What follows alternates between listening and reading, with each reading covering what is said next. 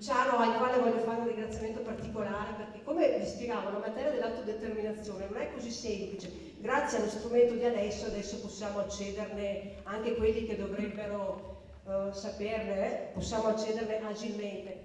Il sindaco Luciano Gavin ha avuto, chiamiamola, l'umiltà di chiamare in consiglio comunale, quando ci fu occasione di presentare ed approvare l'ODG al progetto di legge 342, di chiamare uno dei nostri per pretendere che si spiegasse in modo esaustivo di cosa si parlava. Questo è essere amministratori seri, consapevoli, umili. Poi so che a livello comunale è un sindaco che ha portato gran torto, è un comune virtuoso dove sono state fatte delle scelte importanti, addizionali IRPEF, altre cose, ma ve le faccio dire da lui. Grazie.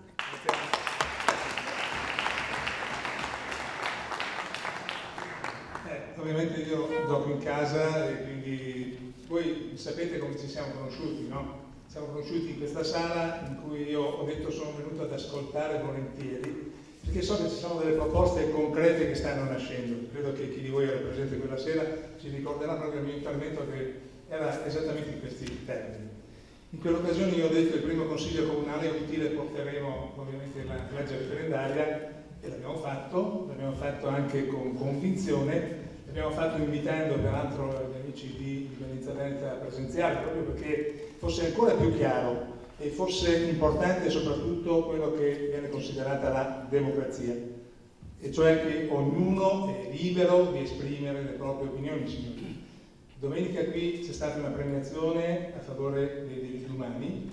Tra i diritti umani c'è anche questo, e non è presunzione, quella di libertà di pensiero. E oggi tutto questo è fondamentale. Se noi neghiamo questi elementi, neghiamo noi stessi, neghiamo i principi che in qualche modo ci hanno ispirato, che hanno ispirato i nostri padri costituenti, se possiamo chiamarli così, anche se insomma proprio non sono così costituenti, direbbe Alessio oggi, giusto? Ecco, quindi da allora noi abbiamo creduto in questo progetto. Peraltro Michele Favaro, che era presente con noi quella sera, si è soffermato attentamente poi quando in un post ha detto che qui ha visto la lealtà, ha visto la partecipazione della gente, anche dei consiglieri comunali. Io quella sera mi sono presentato semplicemente dicendo: questo argomento non è stato discusso in maggioranza, credo che vi ricorderete questa affermazione, ma questo è un argomento che verrà deciso da ognuno liberamente, maggioranza e minoranza, rispetto alla propria coscienza, alla propria convinzione. Ci sono dei cittadini di Antolto che possono confermare che questo è quello che è stato detto quella sera. Ecco, allora in questo contesto vuol dire che ognuno si deve sentire libero. A Gran Torto c'è stato anche un nostro assessore che ha fatto un'affermazione che ricordo con piacere, è stata riportata in post peraltro. Lui ha detto: io a casa ho una grande bandiera italiana e questa la metto fuori quando serve, ma la metto fuori come significato. Come significato perché? Perché quando andiamo, per esempio, non so, quando commemoriamo il 4 novembre, parliamo di caduti, parliamo di queste cose, parliamo di caduti di tutta Italia. Cioè il soldato calabrese che è venuto qui a combattere, allora ha combattuto. Ma oggi tutto questo è cambiato, sono cambiati i tempi, sono cambiati i presupposti, è cambiato il fatto che dobbiamo ritornare a valutare, a considerare ciò che in qualche modo oggi ci ha portato allo sfacelo. Quindi se oggi c'è necessità di cambiare per arrivare a considerarci, uso anche uno slogan per certi versi leghista, ma ci sono anche degli amici che vengono dall'esperienza in questo senso, padroni a casa nostra, scusate, prego, però insomma, con tutta l'unità possibile, io credo che sia giusto che oggi noi partiamo da questi concetti. Noi oggi dobbiamo essere liberi di decidere, questa è la componente essenziale.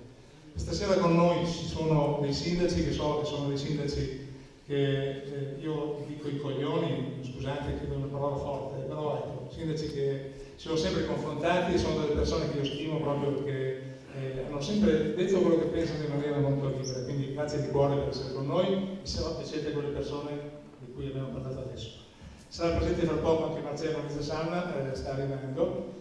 Marcello è un amico, una persona che sta facendo dei passi importanti, sta facendo dei passi verso aspetti anche per certi versi legato all'indipendenza veneta. È l'unico che non ha portato in proprio consiglio comunale la proposta referendaria, ma ci sta pensando e lo farà, perché so che Marcello, quando dice Luciano sto maturando i tempi per farlo, è ciò che effettivamente sta facendo, ma poi lo dirà lui. Io non voglio tediarvi perché sapete il mio pensiero, sapete come oggi io sono libero di considerare aspetti positivi, e questo è un aspetto positivo e propositivo che valuto con attenzione e che mi vede oggi parte attiva, quindi grazie ancora di essere tornati qui a Grantorto con questa bellissima manifestazione, ma vorrei chiudere poi lasciando spazio ovviamente agli interlocutori intervenuti, dicendo semplicemente una cosa. Noi domenica abbiamo due ragazzi caduti, è quello che ti stavo dicendo adesso, ma lo voglio dire a tutti, due ragazzi di Grantorto che sono caduti, e sono caduti per la pace, in missione all'estero. Questi nostri ragazzi domenica li abbiamo commemorati con un monumento alla pace. C'è una stele oggi che rappresenta i loro nomi. Questa iniziativa è stata importante perché ha permesso di portare avanti un impegno a favore dei diritti umani, e domenica a questi signori e alle famiglie sono state consegnate delle attestazioni mondiali da parte dell'Associazione per i diritti umani. Io sono orgoglioso di questo. Il nostro comune Grantorto, il 10 dicembre, rappresenterà l'Italia alla giornata mondiale per i diritti umani. Io spero che presto Grantorto potrà rappresentare il Veneto.